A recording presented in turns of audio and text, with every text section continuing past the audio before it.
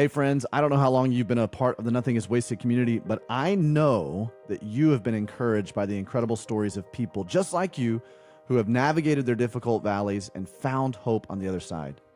Now, we know the power of stories here at Nothing is Wasted Ministries, and we know there are countless other stories that you haven't heard on the podcast, people who have experienced incredible healing and have newfound purpose because of the work God has done through Nothing is Wasted Ministries. Everywhere from resources like our free master classes to the Pain to Purpose course, our curated pathways, all the way to our online community, we believe deeply in the power of engaging our stories, even the most difficult parts, in order to find healing and hope.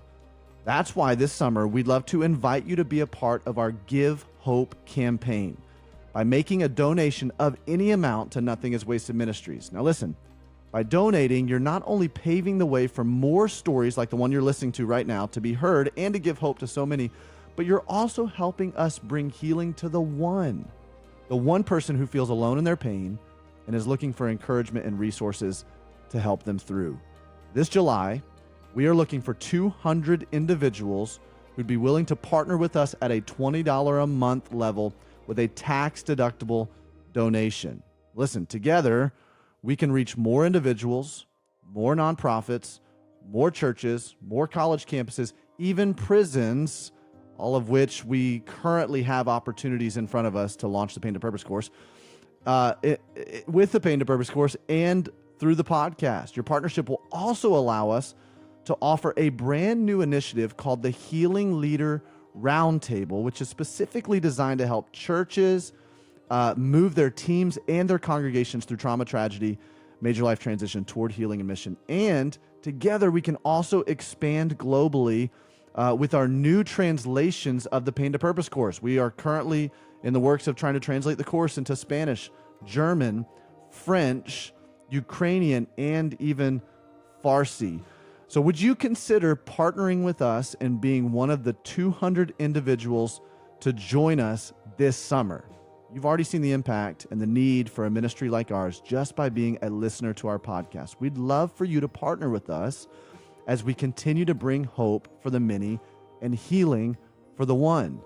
You can donate today by going to nothingiswasted.com/give hope. It'll be right there in your show notes. It'll also be right there below us on the YouTube channel. nothingiswasted.com/give hope. We would love to have you partner with us during this Give Hope campaign in the month of July.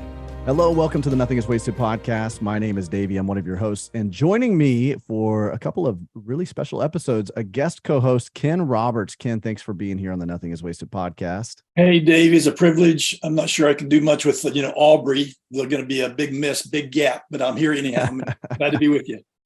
You know, this has been really fun. Our listeners have been able to enjoy a few different voices as we have been, mixing some different people in. Eric Shoemaker, Vanitha Reisner even took an interview for us, and awesome. You'll be hearing from Vanitha in a couple of weeks. But Ken, I wanted to bring you on because we're in the middle of this Give Hope campaign. Yep. And man, over the past several months, I would say probably a couple of years, but really it has surged over the past 6 months. This, I don't know, almost like new revelation shift, like things that are going on in our ministry. It's been amazing what God has been doing. And so you and I spend a lot of time thinking about that, strategizing about that, trying to discern where God is taking us as a ministry. And now we feel like we've got some clarity on some of that stuff.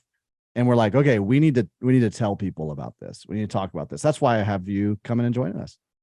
Yeah. I've known the ministry since 2017, and then I've been kind of a part working with you in different ways since 2019. But I'd agree with you, man, the last, 6 months or a year, we're at a whole different place, a lot of acceleration, a lot of exciting things, but we're in between, which often happens. We're in no way we want to go, a lot of open doors, but how to get there and making sure we have what we need to get there. So it's an exciting time. I was just telling you earlier, I could hardly sleep last night because my mind's going so many ideas and, thoughts. So it's very, very exciting. So I'm glad to be here with you. That's amazing. Many of you guys speak Enneagram, and Ken is an Enneagram 5, wing 4.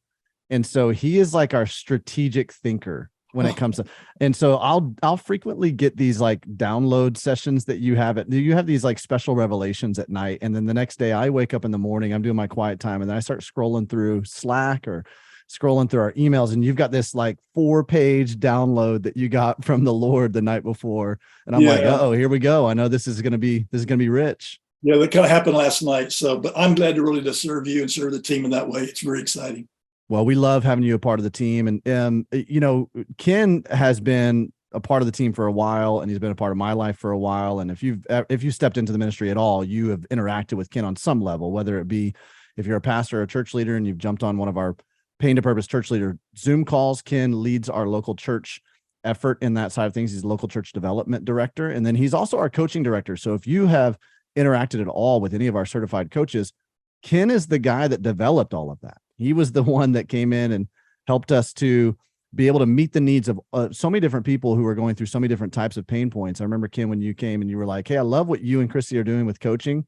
It's not sustainable and it's not scalable. You can't coach everybody. There's so much need out there. And we were like, well, Ken, can you help us develop other coaches? And so it's been amazing, the journey that we've been on together in this. Yeah, even those two areas, Davey, we've seen, a lot of growth. We're coaching more people right now on the Pain to Purpose, coaching tracks than we've ever done. And we're seeing more churches come online too with the Pain to Purpose, license and implementing it as well. So again, we just have seen a real growth cycle happen in that area. And the other thing I would say is, again, we all have on the team, we have a great team. Everybody's different. They all bring something to the table. And that's part of, I think, of, the strength of us right now is that the contribution is not just, a couple of us but everybody has their own place around the table and really are leaning in a really, really good, healthy way of contribution. So yeah, it's fun.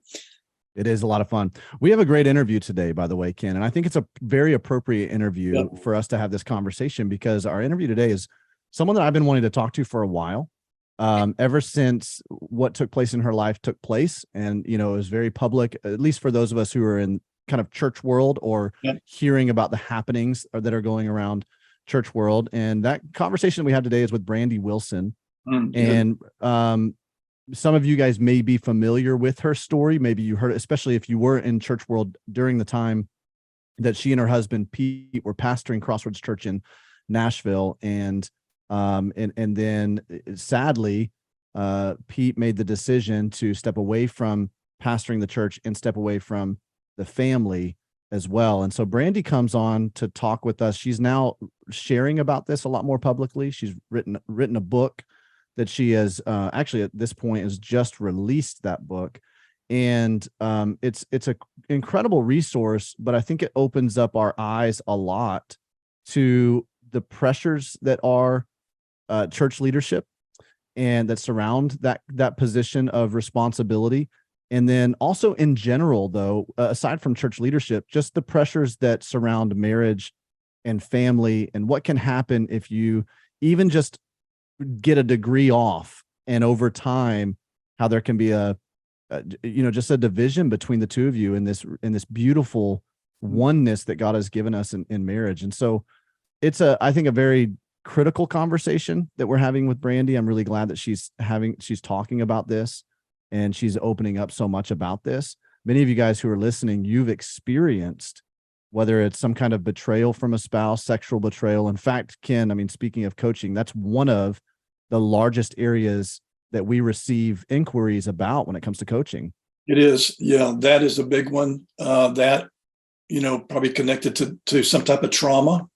But it really is huge. Yeah. And lots of people in, need and desire to be healed. Yeah.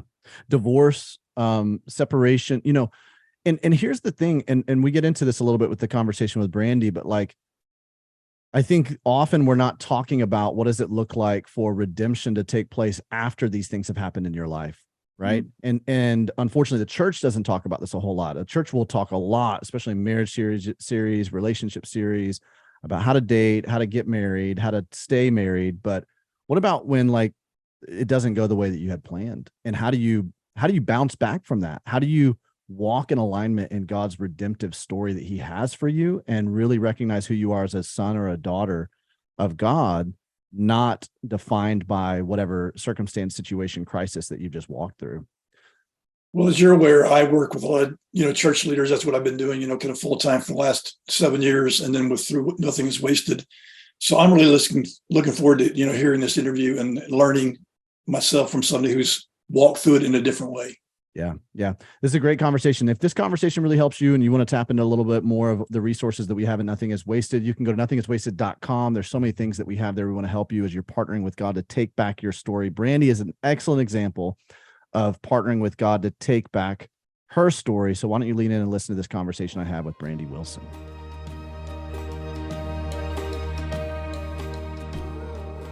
Brandi, it is so great to have you joining us on the Nothing is Wasted podcast. Thanks for joining me. I'm so happy to be with you, Davey. Thanks for the invitation. This is a conversation I've been wanting to have for a while. I don't know if you know this, but when I heard the news of what was going on with your family and going on at the church there, obviously I was at New Spring Church on staff for a while. So yes. I was very familiar with the ministry that you guys were doing. And I heard the story, and man, I think at that point we had either just started I don't remember where it was in the timeline, but I remember early on in the Nothing is Wasted podcast going, I would love to have a conversation with Brandi Wilson at some point when she's ready.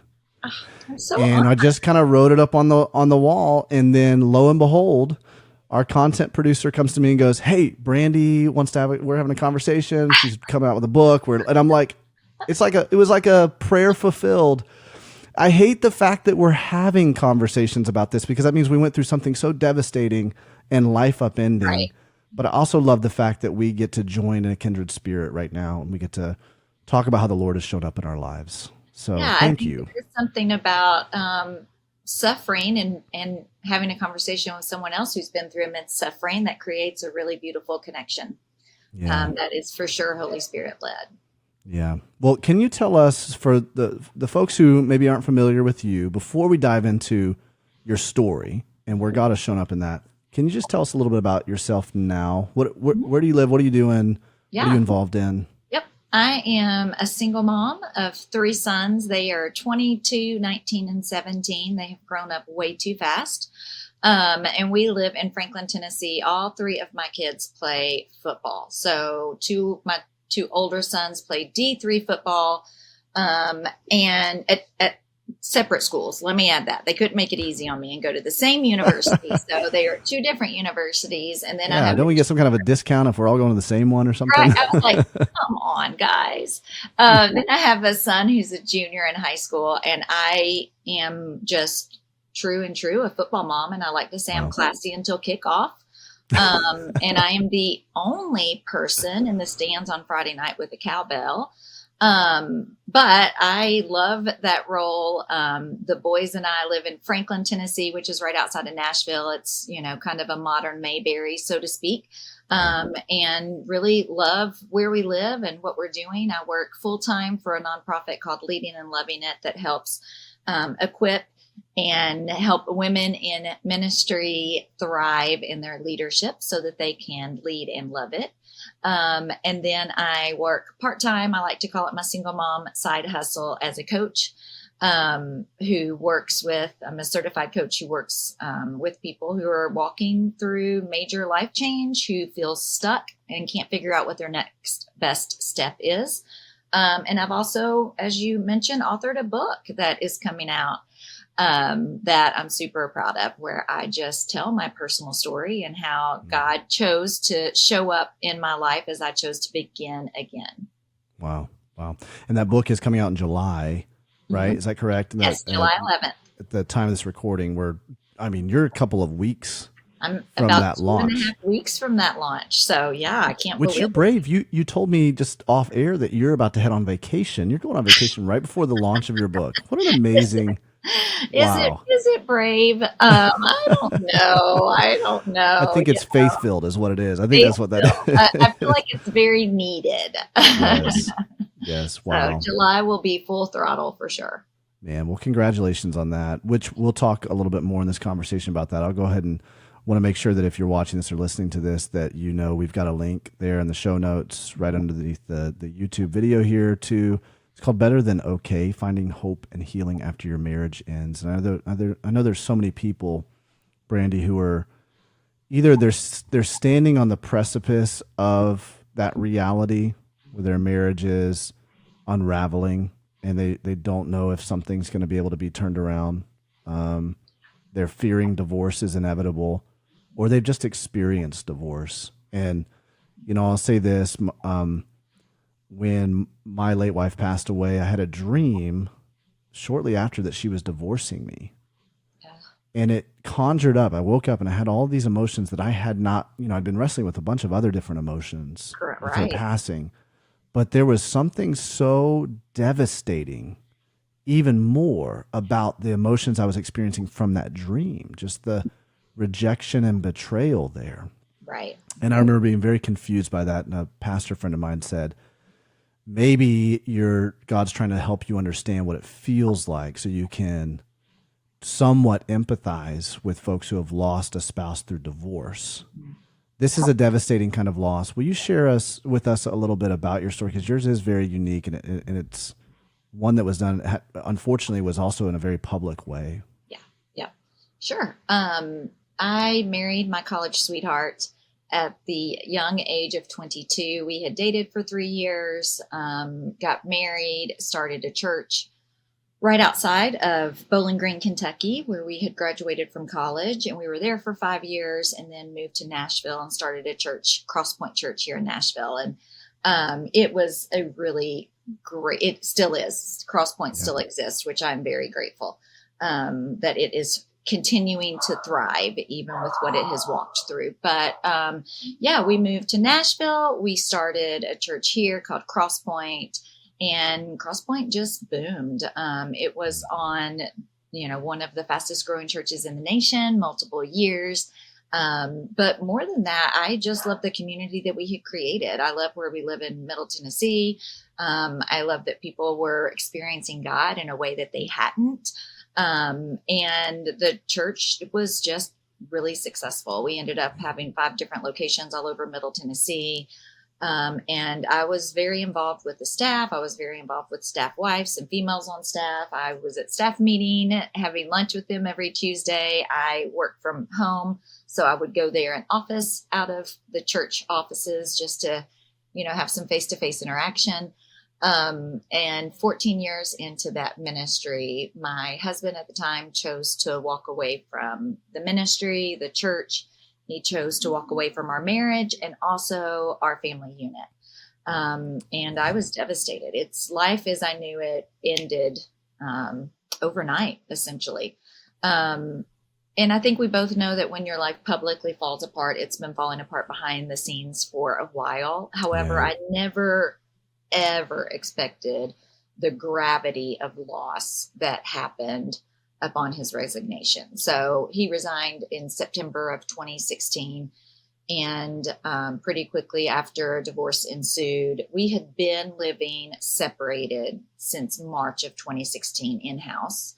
And then in August 2016, he had moved. We owned a small farm outside of Nashville that had a cabin, and he had moved there. And we were doing a trial separation, which was recommended by the therapist we were seeing. And then in September, he resigned, and the dominoes just started falling pretty quickly after that. So I found myself having to put the pieces of my life back together again. Wow.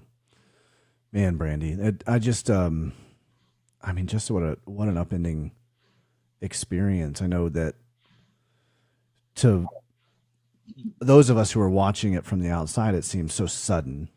Right. And you just kind of alluded to the fact that anything that looks that kind of sudden usually has some kind of there were lead indicators. There were things that were going on behind the scenes that, were already unraveling and were needing to be attended to. I'm curious though, for you, to what degree did it feel pretty sudden? I know once he decided to resign, once he decided to step away from the marriage, I'm sure that also had to have some kind of a almost blindsided type feeling. Or how did you experience? How did that impact you?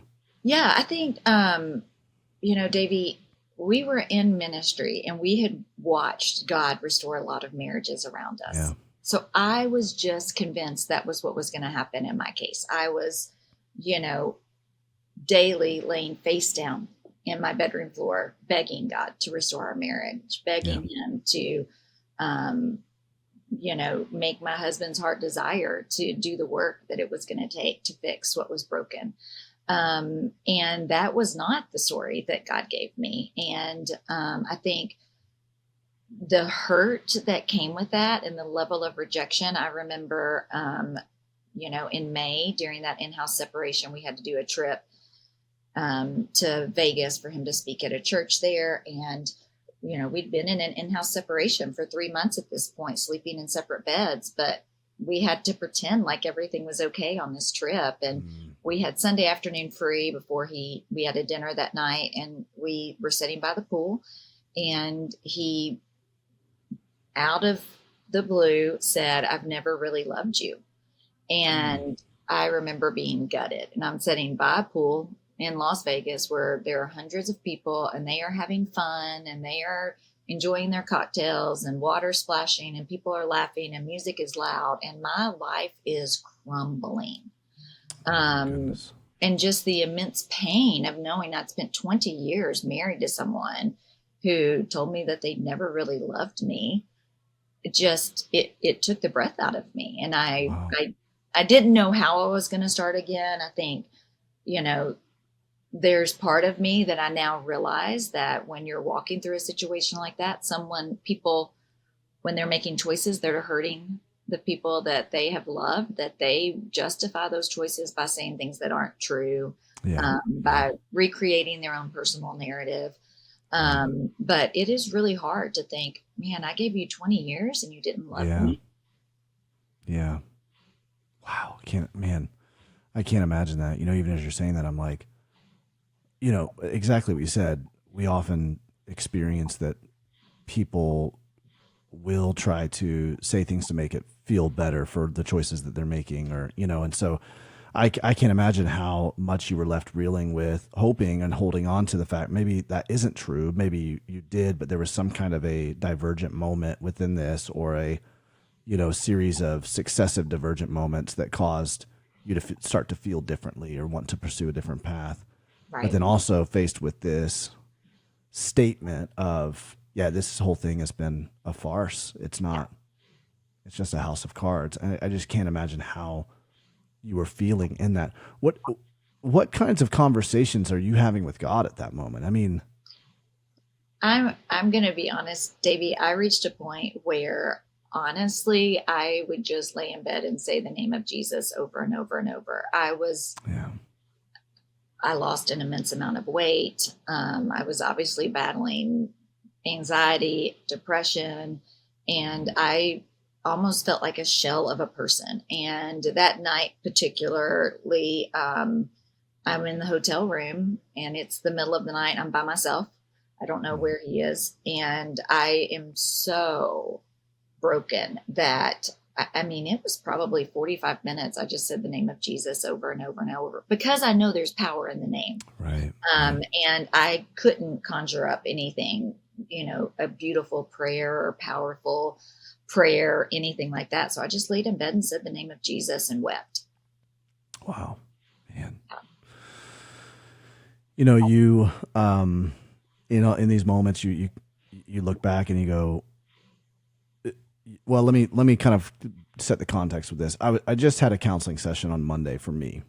I told somebody the other day, I told my mom this. I just went and saw had a counseling session. She was like, "Oh, for you," haha, jokingly. I was like, "Yes, actually for me." It was a 3-hour long counseling session, because I still believe I consistently need counseling. Same. But yes, she is, this therapist was helping me to understand the difference between kind of looking back in the past and learning from the past, and looking back on the past and feeling shame for the past, right? The subtle nuances of it. And she uses this language where she says, don't ask what could have been done about that, or what could be done about that now. Ask what needs to be done about that now.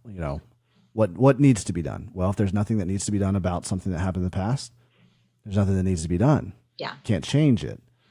But I can also look in the future as I go into the next situations that may be similar to that, and I can understand how I might operate differently, or things to look out for as you look back and you go, okay, well, I'm driving through the windshield, not the rearview mirror in this, right?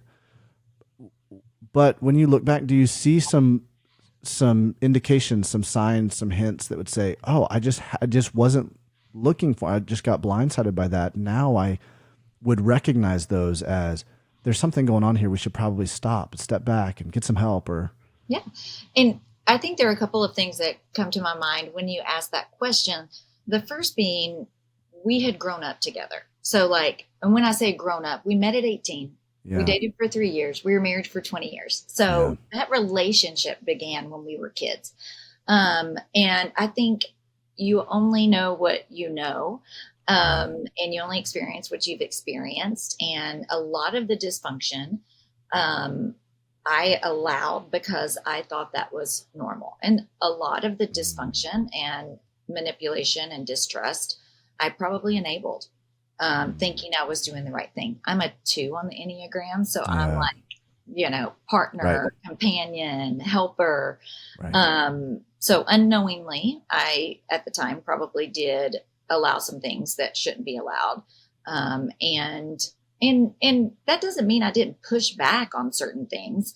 But when you're pushing back in a situation like that, and that is very unhealthy, a pushback that would cause change in a normal relationship or cause some awareness, that's not the response you're going to get. So I think one is I was super young when I got married, and I'm figuring it out as I go. The second thing that I have realized is that when you are married to a well-known, prominent pastor, the church had grown because he was really gifted at what he did. Right. And everywhere I go in Middle Tennessee, and then because the church was large, honestly, outside of Tennessee, I would run into people who told me how amazing my husband was. And, he had changed their lives and his message had saved their marriage, and they'd never had someone present God's, the story of God to them the way he had. And I think there's this point of like, okay, the person I see on stage and the person I live with at home are not congruent. So everyone around me is telling me how amazing he is. Therefore, I guess I'm the weak link. I'm the common denominator of why things at home aren't great. So I think it took a while for me to break out and to understand what the reality of the situation was. Suppose someone is in that situation right now and they're beginning to become aware of that. They're kind of coming into understanding of that in their own life. How would you advise them to try to address that within their own marriage?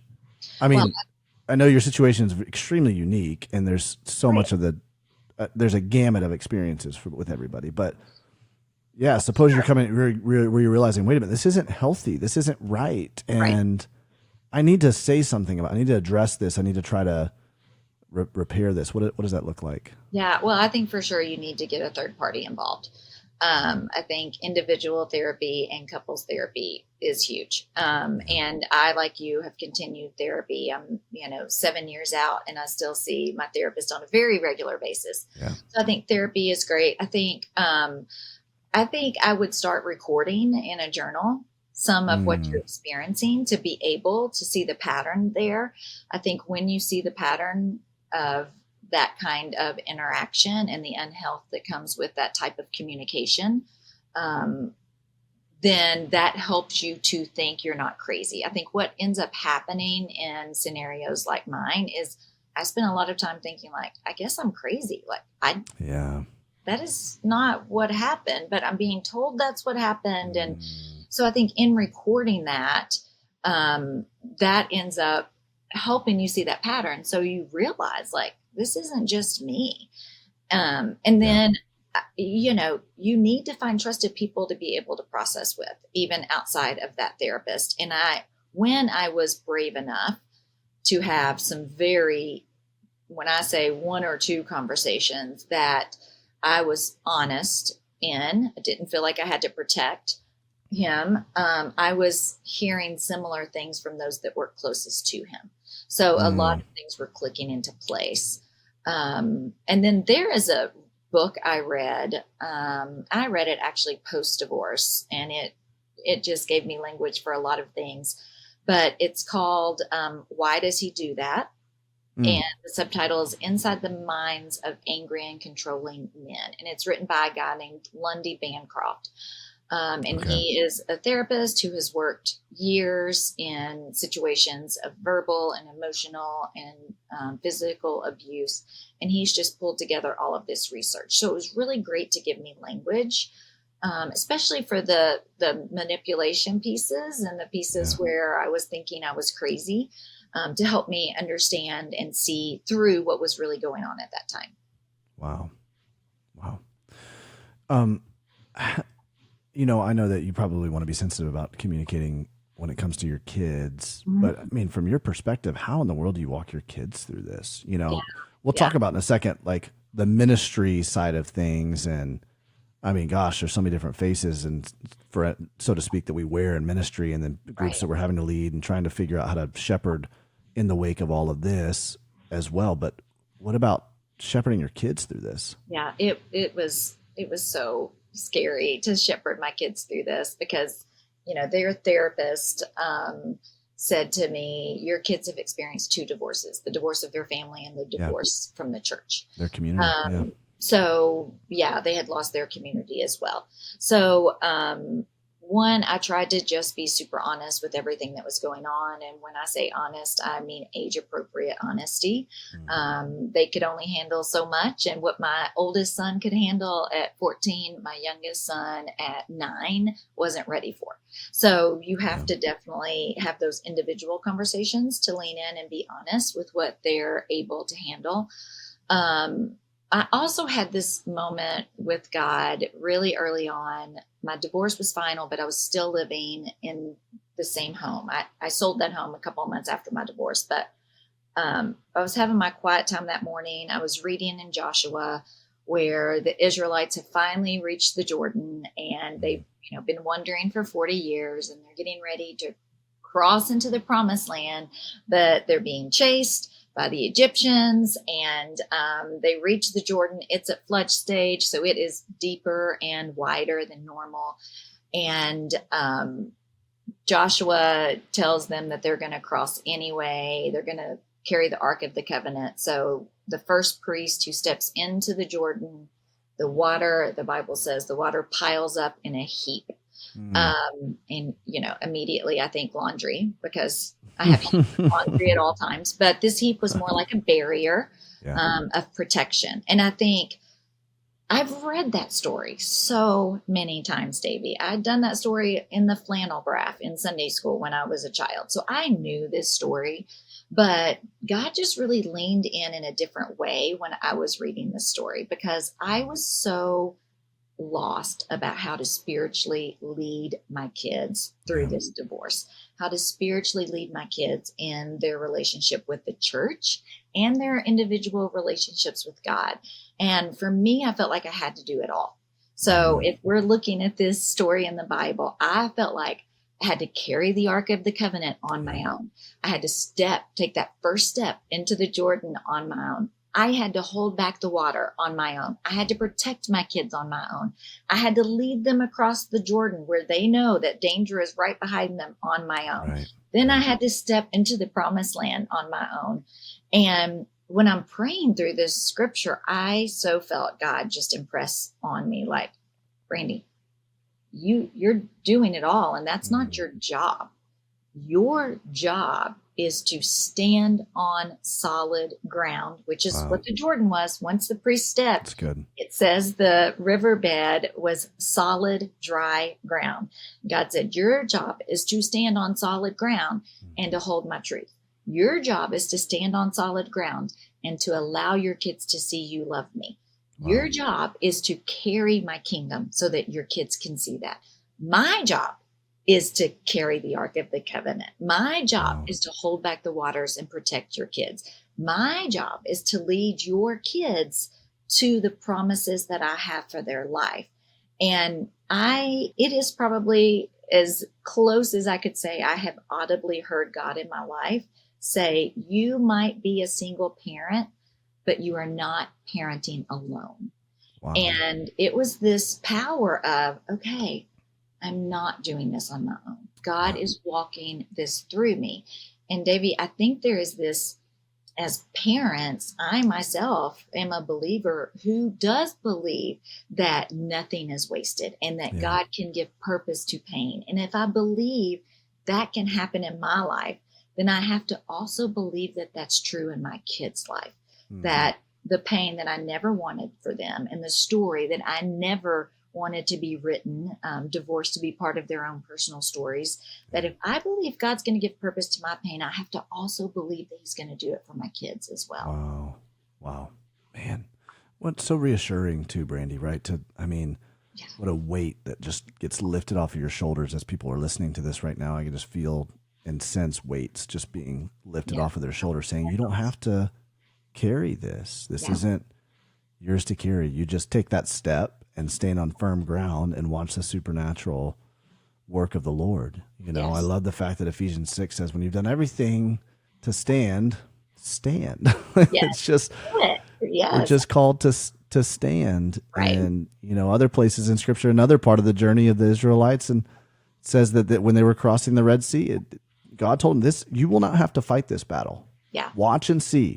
He says the Egyptians that you see right now, you will never see again. Right? What an assuring thing that even when life seems to be surrounding us, that those victories can be had if we just stand and we not try to fight the battle ourselves.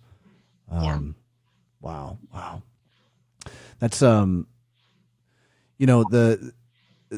they lost their community, they lost their church, and also there was a divorce of their parents, but I wonder I have to imagine on some level you did too as well.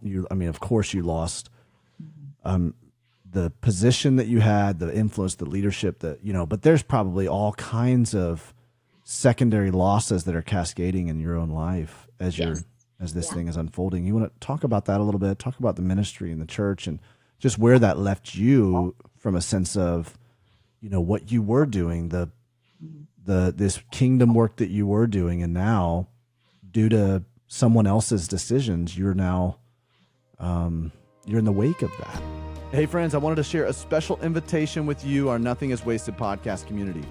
I'm sure by now you've seen the power of stories like these in encouraging you along the way in your own difficult valley. You don't have to experience the same pain point to gain insight and healing from stories of others who have walked through painful circumstances and who have found hope. This summer, we want you to partner with us to make even more stories like this one be heard. We believe in not only the power of hearing others' journeys, but also in gathering people together to talk about their stories, as well as learn healing biblical principles in order to know what to do with our pain. That's why we created the Pain to Purpose course for individuals and groups to have a proven path to walk through their pain.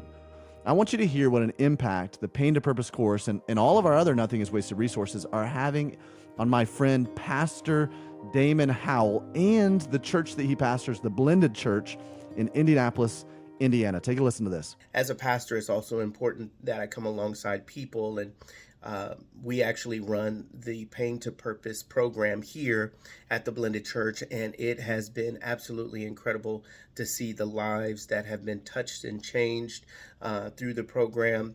We've run it multiple times, and I could go on for hours as to the number of people who have been able to identify their pain, work with that pain, work through that pain, and come out on the other side understanding their purpose that God has for them. Isn't that incredible to hear how God can take our pain and reveal newfound purpose and bring healing? We love hearing stories like Damon's about what God is doing through Nothing is Wasted ministries in churches across the country and even the globe.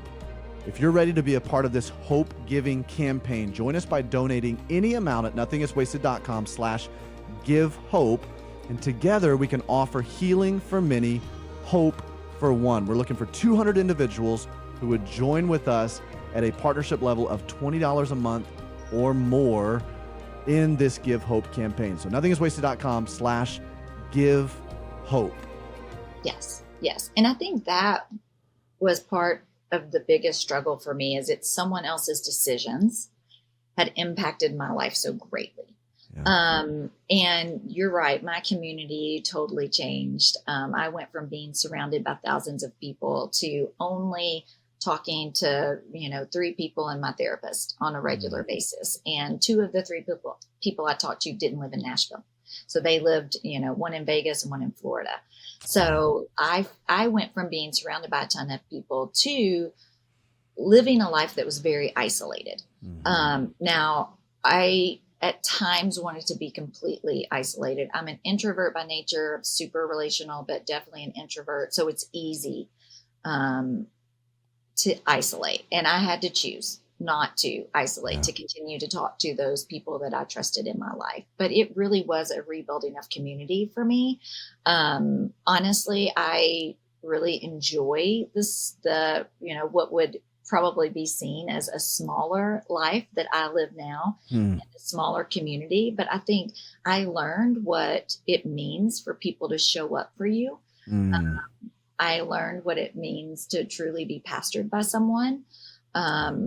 I had my girlfriend that I do Leading and Loving It with. She's a pastor's wife in Nevada, and she called every single day just to hear my voice. And she would say, when I hear your voice and you answer the phone, I can tell what kind of day it is.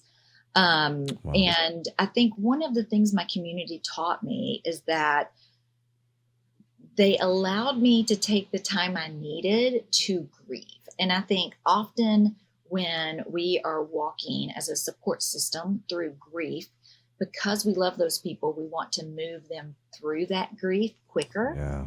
And we do it out of love because we hate to see them hurt. And they really gave me the time I needed to grieve.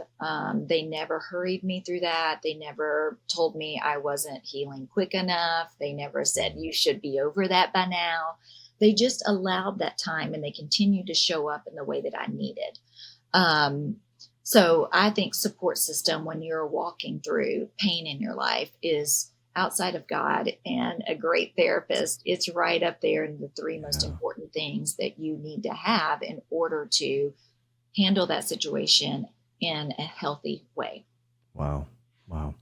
Which unfortunately, when you are pastoring a church or leading a church, you don't often have that support system. Right. And that's kind of why we started Leading and Loving It 15 years ago, is because we were both pastors' wives of large churches. And it becomes this situation of like, I just need to talk to somebody about what's going on, but everyone in my community works for us.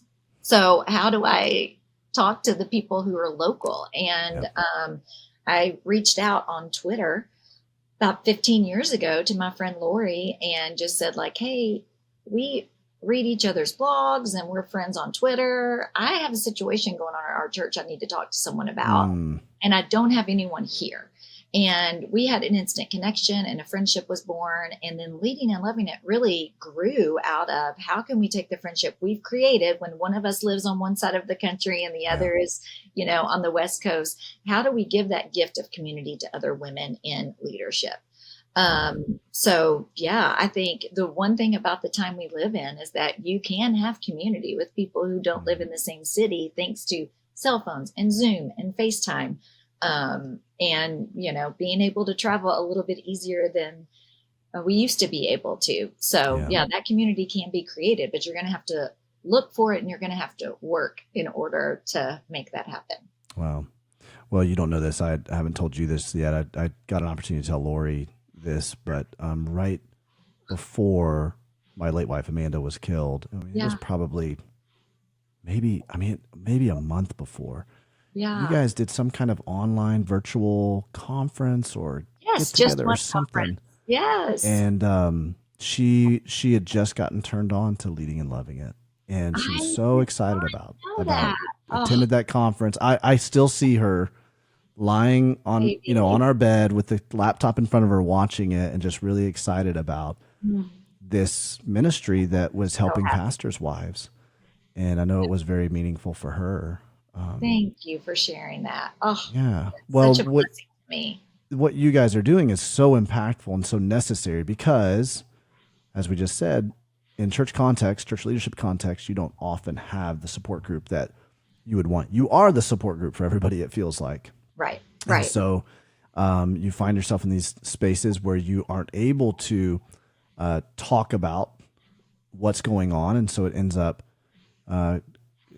festering. It ends up usually causing your life to unravel if you don't have a safe space to be able to talk about that. And so what you guys are doing is creating that safe space, and it's incredible. Right. Because we want to help create healthy leaders. Right. We have seen too often what happens with unhealthy leaders. So yeah, we want to be able to help create healthy leaders who can, live well, lead well, and finish well. Yeah. Yeah. How has that been instrumental for you in your healing journey from this divorce? How is leading and loving it, being a part of that?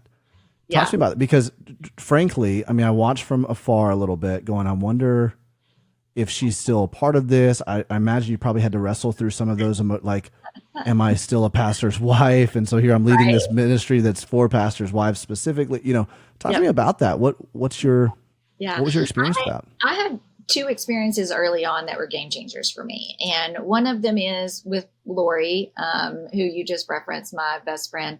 And she very quickly said, like, hey, a title might be gone, a role might be gone, a position no longer exists, but no one can take God's call on your life except for him. Wow. And I actually have a master's of education. I have taught in the classroom for years when my kids were younger, and I thought that's what I would do again post-divorce. And I was taking a couple of master's classes to get my license updated, and Lori just said, like, hey, if we can hire you, will you come and work for us? And we are a small organization, and it worked out where I could, continue to do ministry, no longer being, employed by a church. Wow. So that, her just being that clear on no one takes God's call on your life but him. That was huge. And then wow. A story I tell in the book that I have not shared, honestly, publicly yet, that I love is, everything happened pretty quickly. We do an event in Las Vegas every year, the conference we do, and it's usually, late October. And I co-lead the conference with Lori. I speak at the conference. And all of a sudden I was just like, I can't do this. I don't know what tomorrow looks like. So I certainly can't show up out there in Vegas with all of these questions and not many answers. And Lori just, she kept prodding me a couple of weeks. I canceled my plane ticket and everything. I was not going. And she kept kind of prodding, like, maybe you just show up and sit in the green room. And I'd agree to that. And then 2 days later, she'd call and say, maybe you just do the welcome with me on stage. And then another couple of days would go by. So she got me out there.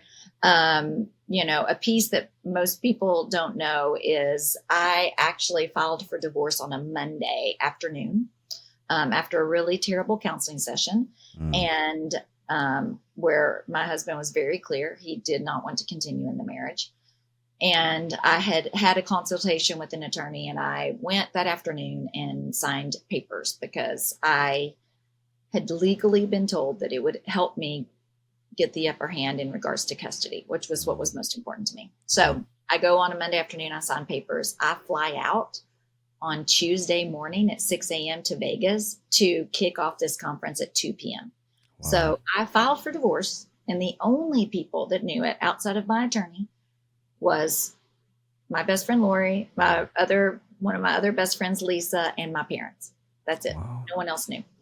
So I had been very quiet up until this point, Davey. I now look back and realize that God was protecting my voice because I did not have the full truth of the situation. I definitely had assumptions of what was going on, but I did not have the full truth of the situation. So I really recognized that in hindsight, God protected my voice in a lot of ways, but I had kind of just disappeared. I wasn't on social media anymore. There was a blog that had written an entire article of what happened to Brandi Wilson because I had just so disappeared from everything. So I end up that Tuesday afternoon, 2:00 conference kicked off, and I walk out on stage with Lori to host it. And one of the things Lori had said is like, hey, we're going to address the elephant in the room. And Luckily, I love her enough that I wasn't offended when she called me the elephant in the room, but that was me. I was the elephant in the room, Davy. So she Wow. said, we're going to address the elephant in the room. And I just want you to say whatever you are comfortable saying. And you're not alone. I am right there beside you. So if it becomes too hard, I'll carry it. So one, I felt super protected and safe by her, but I walk out on the stage to 1,000 women from all over the United States and honestly, all over the world, because we have people who travel from Canada and the Philippines and the UK. And I walked out and I was just super honest. I didn't say anything eloquent. I said that I was no longer a pastor's wife, that my husband had resigned. I knew that I was no longer going to be a wife. I did not share that publicly, but I knew that. And what I shared with them was the story of the bent woman. And I just said, like, I have lived my life for a long time bent. And I have been looking down at the ground, and that is not the life that God wants for me. And he calls me to stand straight, as you said, to stand up and to continue to serve him. And I told them I have way more questions than answers right now. But what I know is that God is still good and that God is still going to use me. And I have goosebumps even talking to you about it because their response just was so loving and kind. And they stood and they applauded and they cried. And that community has championed me in a way that you wouldn't expect, since it was founded by two pastors' wives, and I was no longer a pastor's wife nor a wife, and continue to embrace me and cheer me on in this really beautiful way that, you know, reminds you what community looks like when it's done well. Wow. That's amazing. We need more stories like that, right? I wish I could do that for every divorced person, every person walking through a divorce and who's broken and betrayed and has experienced that type of loss, just to be able to cheer them on, where that they feel that love and that protection and that safety of community. Yeah. Because unfortunately in the church, often the experience is not that. Right. You know, it's often met with some kind of, whether it be suspicion or some kind of non-acceptance or some kind of, you know, judgment or presupposition. And so you end up, after a divorce, losing your community, you know? And you know, it happens in the world too. Like, you lose friendships, you lose because you, maybe as a couple, you hung out with these couples and then they don't know how to, but for sure. But it shouldn't happen in the church, right? Like, we should know how to handle that. But I'm curious, from your experience, what would you, if you were talking to, you know, a large gathering of church leaders about how the church should handle divorce or what you've seen, what would you say? Yeah, I think I would, one of the things I think is helpful is just to, I mean, this is a little tweak, but add that into messages that are sent from stage. We will say, like, your marriage might be struggling, but it's rarely said, like, your divorce decree came in the mail and you don't know what to do, or you don't have your kids this year at Christmas and you are heartbroken. So I think continue to add that language in, and it's language that you don't know if you haven't experienced it. So I understand why it's not necessarily included, but I think add that language in where it becomes as common as the other, you know, experiences of suffering that we list. So add that language in. And I think continue to let divorced people know they're welcome. Single moms, single dads, to allow them to know that there's a space for them. There are lots of great groups out there for people who've gone through divorce, but you don't want to feel like that's the only spot for you. You don't want to feel like, as a divorced person, when you walk into a church, that, oh, we have this one group for divorced people, and that's where you need to be. Right. And then I think for the people sitting in the pews, the thing about writing I guess there aren't many pews in churches anymore. It's more like chairs. But for the people who are sitting in the chairs and in the congregations of churches, like, think about the divorced people in your life, because we all have them. If you haven't experienced divorce yourself, you have someone you love who has or is experiencing that. And I really wanted, you know, the book to help those support people know how they could come alongside. And for me, I've rarely gone to church alone. I've had people who've said like, hey, we're going to go to church. You want to come and sit with us? Or I've reached out to a married friend and said, hey, can I sit with you guys at church this morning? So you don't have to be alone. Ask somebody if you're visiting a new church to attend with you. People don't know what you need unless you ask. So be brave enough to step out and just say, hey, will you go try this new church with me one weekend? Because people are willing to show up for you. That's so good. That's so good. I think, when I think about it as a communicator, how much my communication shifted when I walked through pain, and the more I've had conversations on this podcast or with other people who have walked through pain. And I think sometimes as pastors, we isolate ourselves from that. We kind of protect ourselves from, because we surround ourselves with people that are, in pastor world, a lot of times you think of like, okay, who are the high caliber leaders that I can gather around because I want these like really, making a big impact in our church and our community. And so they tend to gravitate and pull people around them who are like-minded, similar. And I wonder what it would look like if pastors, church leaders, pastors' wives would begin to gather around them, the hurting, the marginalized, the people who have experienced this pain. Then it's like in their psyche as they're communicating, because they know this is the reality of most of my church: blended families, divorce, loss, childhood trauma, all of these different things that people are experiencing, and God's word speaks to all of that. Yes, it does. And, I probably recognize that sitting in church 2 Easters ago. I attend a micro church now, so I'm a mega church girl in a micro church world. But the pastor, and there are probably 150 people in our church, 150 people there that Easter. And it was so interesting because out of that group of people, 2 of us are divorced now, also divorced from former pastors. So that's interesting too. But when our pastor was on stage communicating, and he was giving a list of ways that we need God to show up in our lives, he said, maybe the divorce decree came in the mail and you can't get out of bed. And I remember thinking like, this might be the first time I've heard divorce listed from stage as a reality. So I think tweaking language to be able to include divorced people and even blended families. That's right. So for people who have moved, and gotten married and they're trying to figure out new family, let's just not build everything around the traditional family unit. My family unit consists of me and my 3 kids. It's a non-traditional family unit. However, we are a family. We have redefined family where nothing is missing. That's right.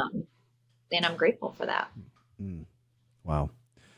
How have you had to maybe reorient when it comes to identity? You referenced a little bit, there were these certain titles, and Lori really had this big moment where she, spoke into your life in that. But you've got these titles as pastor's wife, right? You've got these different that you have, for years, you had oriented everything around those particular, whether you realize it or not, that's your whole effort is into those particular arenas and fields. And so your whole identity can get caught up in that. What was that recalibration like afterwards for you? Yeah, that was huge. As I said earlier, I'm a 2 on the Enneagram, so I'm a total helper, support person, and poured too much of myself into being a really good support system to my ex-husband. And when that happened, I had to get to know myself again. And part of that, my therapist was really great to lean in and just say, like, do you even know what you want? And do you know what you need? And I realized I didn't. So I very basically started asking myself on a regular basis, like, hey, what do I want and what do I need? So if I was walking into a conversation with somebody, what do I need to happen in this conversation? And what do I want the outcome to be? All the way down to like planning a vacation for me and my kids, because vacations are different. There's one adult managing 3 kids now. Right. Like, what do I need out of this vacation for me? What do I want out of this vacation for my family? So that redefining of identity for me was just getting to know myself again and to be able to read what was going on internally and to be able to process the emotions. I tend to take on the emotions of other people in the room and other people in my life. So to really just get in touch with myself again. Brandi, talk to me a little bit about one of the things that my wife now, Christy, she, part of her story is divorce. Her first marriage ended in divorce. She started attending the church that I was pastoring at the time. That's how I ended up, meeting it, getting to know her. But she was pretty decided about, I want to just serve in the back recesses of our church, because she was experiencing a lot of shame over her divorce. And that definitely accompanies so much. I mean, so many times you hear just the idea that I can no longer be used by God in the same way because I've experienced this in my story. And that was something that she actually would say, I would walk in the church and feel like I had this scarlet A on my forehead because it's just me and my daughter walking in and checking her into kids. So she'd go serve as far away from visibility as possible. And then the irony of the Lord, he brings her out of visibility and she becomes the pastor's wife, Right. But I wonder how you've had to wrestle through some of that shame. Yours is on a much grander level on that side. I mean, very public. And so tell me a little bit about that.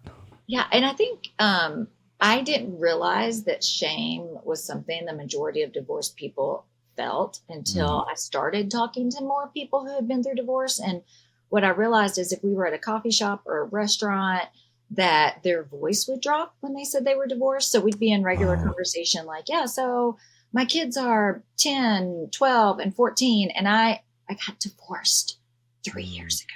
And then they'd come back up to continue their conversation. And I just started realizing, like, we all feel that shame. And I think for me, one of the things that I had to shift was my mindset. I realized a couple years post-divorce that I kept hearing a negative voice in my head.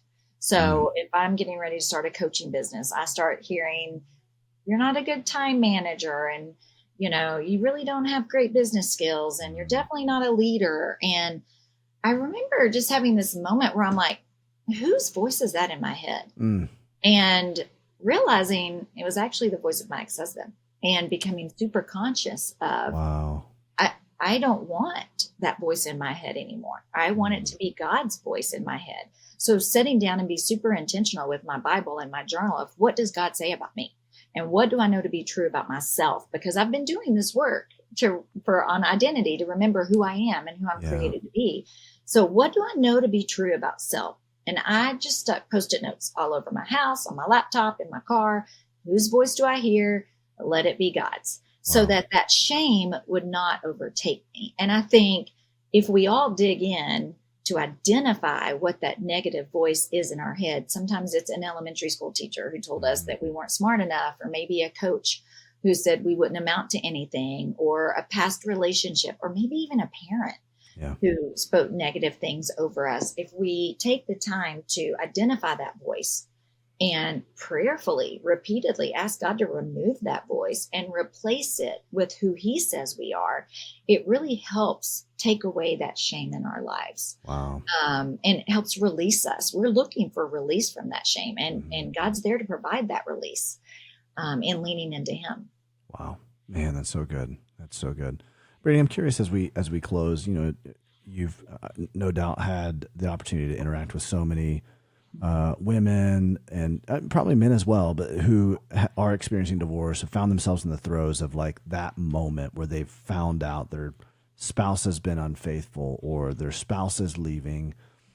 Suppose there's someone who's listening to this right now, that's where they've found themselves. What would you say to them? Yeah, I think I would tell them a couple of things. One is that you just need to take it one day at a time. When we are walking through tragedy and trauma and grief, it is so easy to get overwhelmed. And I can remember thinking, like, what is my life going to look like when my kid graduates and he goes to college? And what will my life look like in 6 months? Where are we going to live? And will I ever get remarried again? And will I ever be loved? And we end up jumping so far ahead that we paralyze ourselves out of fear.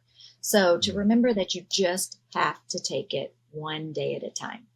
You don't have to think about 6 months from now, or 6 weeks from now, or 6 years from now to get up that day and think, what are the conversations I need to have? What actions do I need to take today? What are the tasks I need to accomplish today? And then when you get to the end of that day, celebrate the fact that you made it. I made it through another day.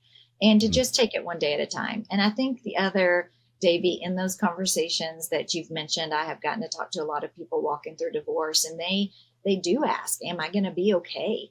And I realized that the answer I always told them was, you're going to be better than okay. And you will. That is the truth of the situation. If you are willing to lean in and do the work of healing and to make sure that you are connecting with God and walking that journey of healing with him, then you will find yourself at a point where you're laughing again, you're smiling again, you're enjoying life again, you're not sad as much on the inside, and you will be better than okay.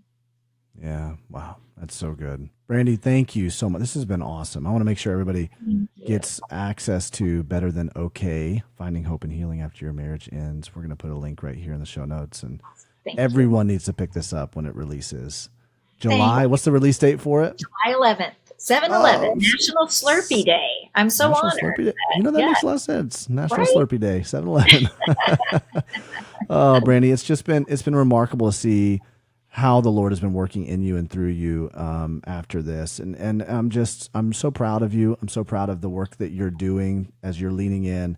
This could have really, it could have derailed you for sure. And it has for so many other people, it has. Yeah. But you have stayed faithful. You've stayed true. You've kept your eyes on the Lord through all of it. And you can tell that he's moving mightily in your life, and praying the same thing for your family, your kids, everybody that is also affected by this. I know that God's going to continue to make his promises known and true in their life as well. But thank you for spending time with us. Is there anywhere that we can follow along, that we can come along the journey with you? Yep. My website is lovebrandiwilson.com. It's Brandi with an I. And then my Instagram is lovebrandiwilson as well. And then on Facebook, I'm Brandi Wilson. So, I can be found all of those places. Awesome. Well, thank you so much. This has been an honor to have a conversation with you. Oh, thank you. The honor is mine, baby. Wow. What a great conversation. An interesting fact, Ken, one of the things that maybe those of you guys who are watching this on YouTube, you're listening to this on some kind of podcast platform you're not aware of, is that our former podcast producer, Taylor Carlier, she now works as one on the marketing team and producing the podcast down at Cross Point Church in Nashville. Okay, I didn't know that. Yeah, wow. And we just had lunch with her, and she was talking about the health of Crossroads and what's going on there. And it's really a remarkable story, because when something like this happens, typically in a church, right, you end up seeing the implosion of that church. But that church is thriving under new leadership, and it really is a very healthy, vibrant church, which is awesome. One, it reminds us that churches are not and cannot be built around personalities, but it also just reminds us of the graciousness of God that would keep a thriving community that's a staple in that city alive and well, even in the midst of, this kind of crisis. Well, I'm glad that Brandi's sharing her story and has written a book on it, et cetera, because obviously it's so needed.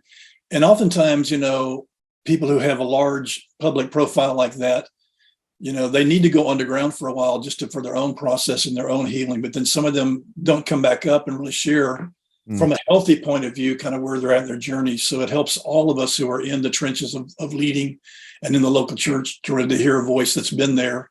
Yeah. And like you said, has leaned into it, and God's continued to redeem her story. And I would say helping a lot of other leaders redeem theirs as well.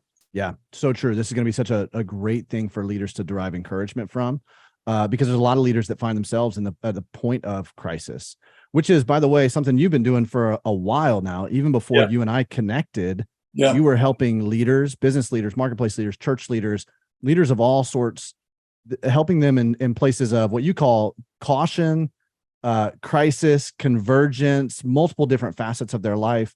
You help them beat the odds and finish well. So can you talk a little bit about that? Because that really plays into a lot of what we're doing now as a ministry in terms of kind of realigning and refocusing where we're going. Yes, part of the pivot or transition or broadening that we've entered into this, this season. Yeah, two stats that I think go with that and ties in with what Brandi shared is that the stats are only 1 out of 10 who actually start in ministry, finish in ministry. Now they may get out for different reasons. They may realize it's not their call. They may have to get out because of finances. They may have to get out because of sickness. It's not always a negative reason, but only 1 out of 10 who actually go to school, go to Bible college, start ministry will end their vocation in ministry. That's a stat. But the second stat, and the one that I work with a lot, is that only 1 out of 3 church leaders finish well. Wow. And that's been, from data from a lot of different studies. That's not just an idea or, a number that's been grabbed. Only 1 out of 3 who actually start will finish well. And for me, I define, what finishing well means. I think it's important. For me, finishing well for a leader means, we're still in love with God with an open heart and open hand and faith-filled heart toward him. So wherever we're at in our life, we're still leaning into him. He's in us. That's one. Ken, can I stop you right there? Because I think that's one of the most critical, I think it is the most critical evaluation point for us, right? The most critical lead indicator for us on whether or not we're doing well. And that's what I appreciate about what you've done in my life personally. Every time we have a kind of just a friend to friend talk, where we're outside of talking about business or strategy and stuff like that, you'll say, how are you? Is your inner life lining up with your outer life? Or is there incongruency there? And it causes me to pause a lot, right? Yeah. Because it's a very authentic, introspective, reflective question that forces you to do almost like what David says in the Psalms, where he says, search my heart, oh God. Yeah. Am I still madly, passionately in love with Jesus? And if I'm not, I don't need to feel ashamed about that. If I can point to other seasons of my life where I felt more intimately relating with the Lord, then I don't need to feel shamed about, but I just need to go, okay, well, there's something that's a little bit off. How do I reorient back into doing the things or setting up the systems or the rules of life that we're fostering that at one point in my life? So I want to pause there because I appreciate how genuine that question is. It really causes you to reflect. Yeah. For many church leaders, not all, but for many, sometimes the longer we go, the more jaded we become, closed we become, cynical we become. And so that is really an indicator of what's happening in us. I always say that, God's an inside out God. What's happening in us is the most important thing about us, because that's where life will spring or other things will spring as well. So while we're in this thing, kind of doing the work, we always have to be asking, really what's happening in me? Who am I becoming? What's being planted, good or bad? Because that is really the wellspring of life in our leadership. So that's the first thing.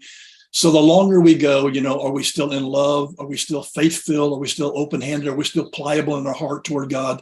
That's a big thing with finishing well.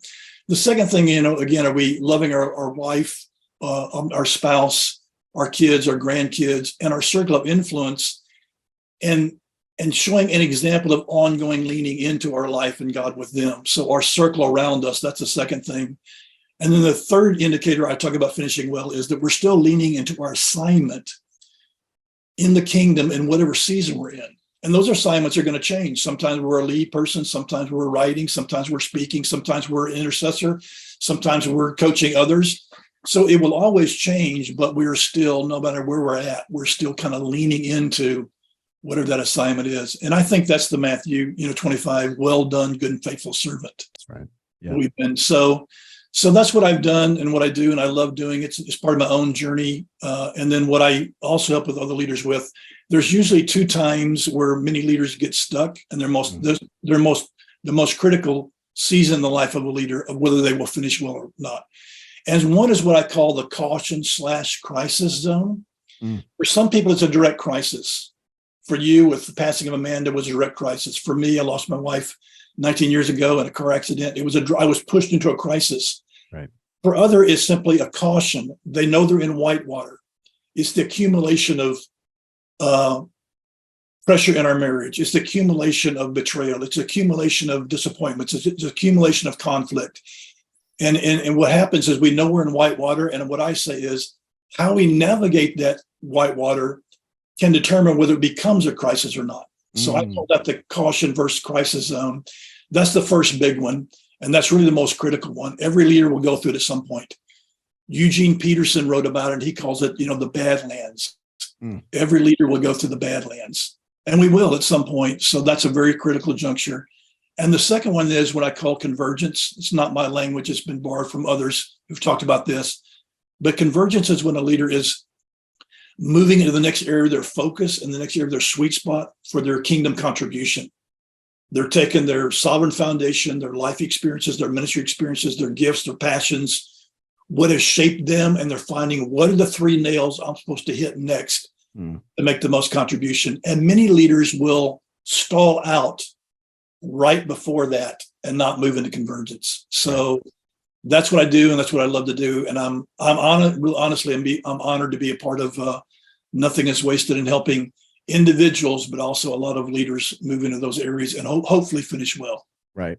It's interesting, as you were talking about that, I was thinking about, we have leaders, church leaders, pastors, pastors' wives that are listening to this right now. They're watching this on YouTube, and they can relate to that. They're like, oh my gosh, yes, that you just gave me an unbelievable framework. You put words to something that I have been experiencing, but I didn't know how to describe that.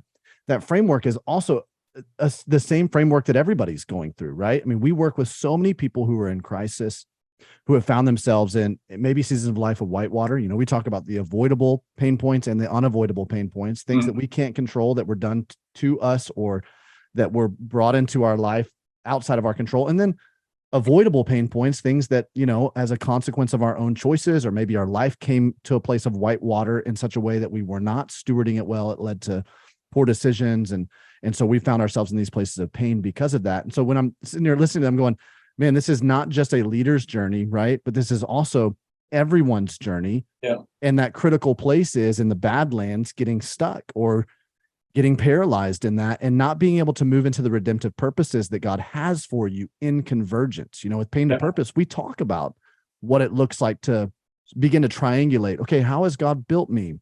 And what kinds of passions and personalities has he put inside of me? And what's a great need that the world has that now my pain journey can specifically and uniquely speak into and make a difference in that need in the world. And that's going from pain to purpose. And so it's so in a leader's life, though, that journey it seems to be amplified or magnified, right? All the eyes are on that leader, and the ripple effect or the fallout of a quote unquote crisis of their life seems to have a bigger impact. Yeah, I think some of the, the draw to some of the things that we're doing, and other ministries do them as well, but, is what you just said, is that there's not only dealing with the pain that comes in many different ways, but there is if we will lean into God, that's the language I use, while we're in these seasons, God will heal us, and he'll always redeem it. He will redeem it. And I think that God view, that full loop, is really what's really important. When I tell leaders who are in whitewater and crisis, I tell them there's 3 options that I see. And I say one is a turn to the right. Let's just say there's 3 paths in front of you. One's a turn to the right, which is called what I call, the religious option. And what I mean by that is we just, lower our head, grind through it, and don't deal with really what's happening. Right. We just keep performing, keep doing that. That never ends up well for those and those you're leading. So that's the one. A lot of leaders will do that. Second one is what I call, the ditch to the left. And that's when a leader just decides to, in some way, jump off a cliff. They sabotage their life, their leadership. They do dumb choices, whatever type of thing. Those are the 2 options we often see, those 2 areas. But my appeal is you've got to go through it. And if you go through it, the 3rd option, that's what I call the transformational choice. That really is, God does his greatest work in the wilderness. Yeah. So I appeal to leaders. We're in a tough season. I've been in a tough season more than once. But if we will go through it with God and let him do the work, he'll do something deep first in us. And then as we get through it, he'll do something more profoundly through us, in us, and then through us. And so that's the transformational choice. Wow. Well, you guys can see why Ken Roberts is probably the most critical part of our team, because the wisdom that he brings to our team. I mean, Ken, we sit in team meetings, and it's like we all kind of are like, we got these great ideas, let's go and move in this direction. And Ken is able to really focus us in on okay, why are we doing this? What is God really calling us to? And you bring so much strategy to the equation. I was having a conversation with somebody the other day about strategy, And they were talking about how much they shy away from that word because it seems like sometimes it can be misused, or it can seem like manipulation in terms of like, oh, this is how we're trying to leverage someone else's, whether it's someone's pain or something, in order to get them to do what we want them to do. And I challenged this person. I was like, hey, think about it differently. Strategy is stewardship, right? That when we recognize that there is a need out there as a team, what we do is we sit down and we go, how can we build a strategy that stewards this position that God has put us in for a time such as this to meet the needs that we're seeing in front of us? Because if we don't meet these needs, God's going to use somebody else. It's just like in Esther, right? Where Mordecai comes to Esther and goes, hey, if you don't step up right now, God's going to deliver his people somehow, some way, using someone. Yeah. But he has positioned you for a time such as this. And we feel that as a ministry. We don't feel like we're the point of, we're not going to help everybody in their pain. There's so many great ministries out there. Yeah. But we do feel a sense of responsibility, of stewardship, even more critically in this season right now, to say there's a great need. That need has been made aware to us, almost like Philip and the Macedonians, where it's like, come over here. We need you. Right. And that's some of the shift that we're seeing right now, or pivot that we're seeing in our ministry. You know, we spent so many years building content, good community, and coaching specifically for the individual, right? Yeah. You're listening to this as this podcast, you probably have individually and personally been impacted by this, or you've shared this with somebody else in your life, a friend or a family member who's going through some kind of pain point. But what we've seen is over the past couple of years, what God has done is there have been pastors and church leaders have reached out to us and said, can we also use this curriculum? Can we also, whatever God is doing right now with it, we're seeing the impact. Can we leverage this impact in our church? And then at the beginning of, well, it was really the end of 2022, we began having conversations with other church networks like ARC and the 95 Network and New Spring Network and different networks that were saying, hey, we want to utilize these resources that you guys have somehow to help the congregants in our church, but also to help our leaders, our pastors.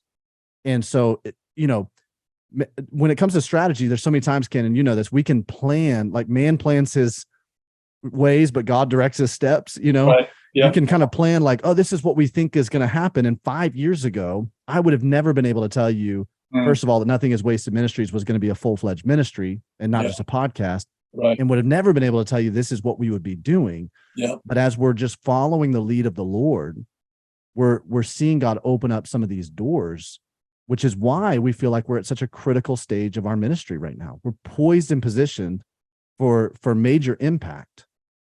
I love the way that you took that through the kingdom lens, of being strategic, but it's really about kingdom stewardship, because it really is.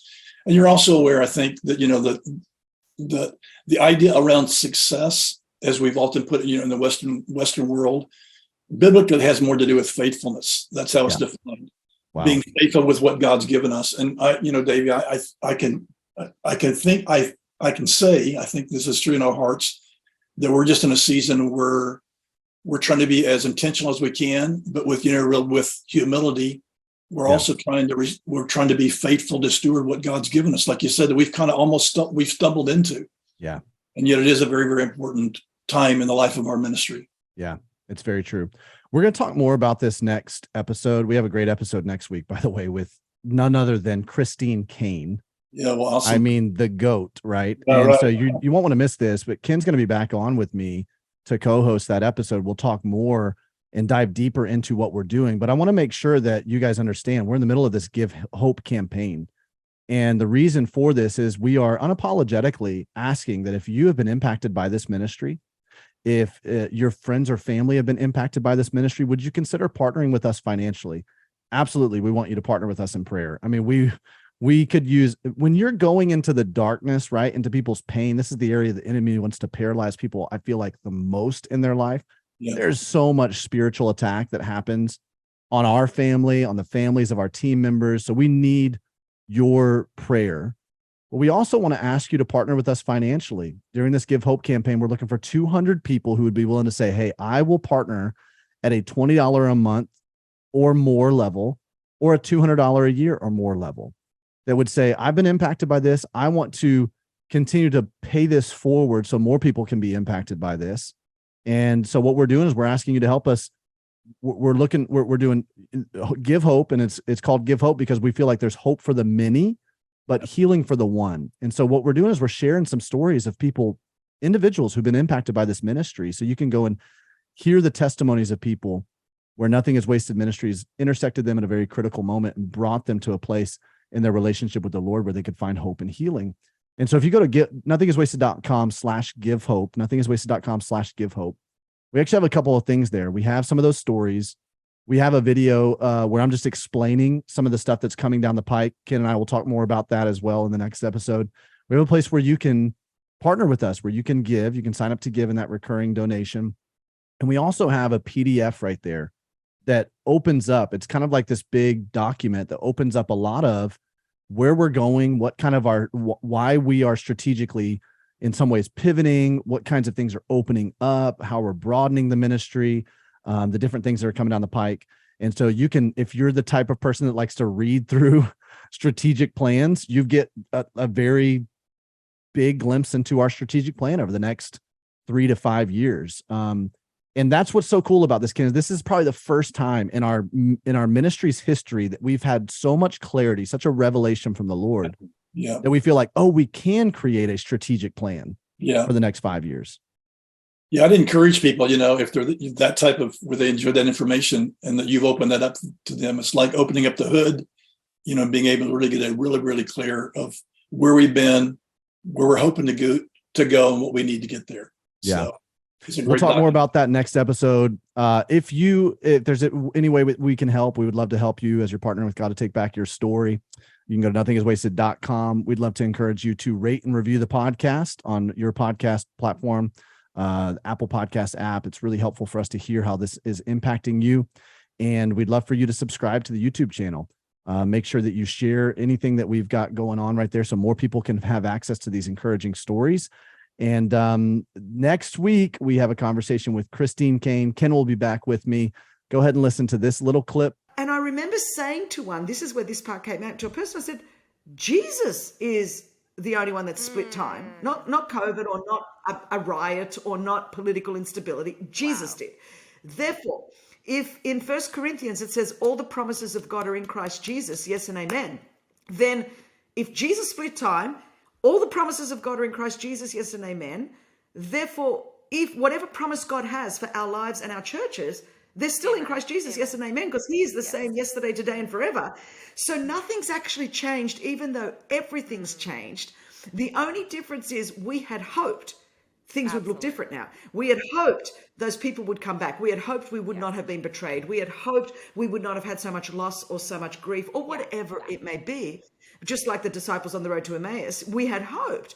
Well, I think all that has happened over the last few years is what has been revealed is our misplaced hopes. Because Jesus is like, I'm this hope you have as an anchor for your soul, both firm and secure. Since you've lost your mind, maybe what's been revealed is that I wasn't your hope. Maybe that's what has been revealed. Chris, that is yes, a strong word. Hey friend, if you liked this episode, be sure to like and subscribe so that you can stay in the loop every time Nothing is Wasted releases a piece of content here on this YouTube channel.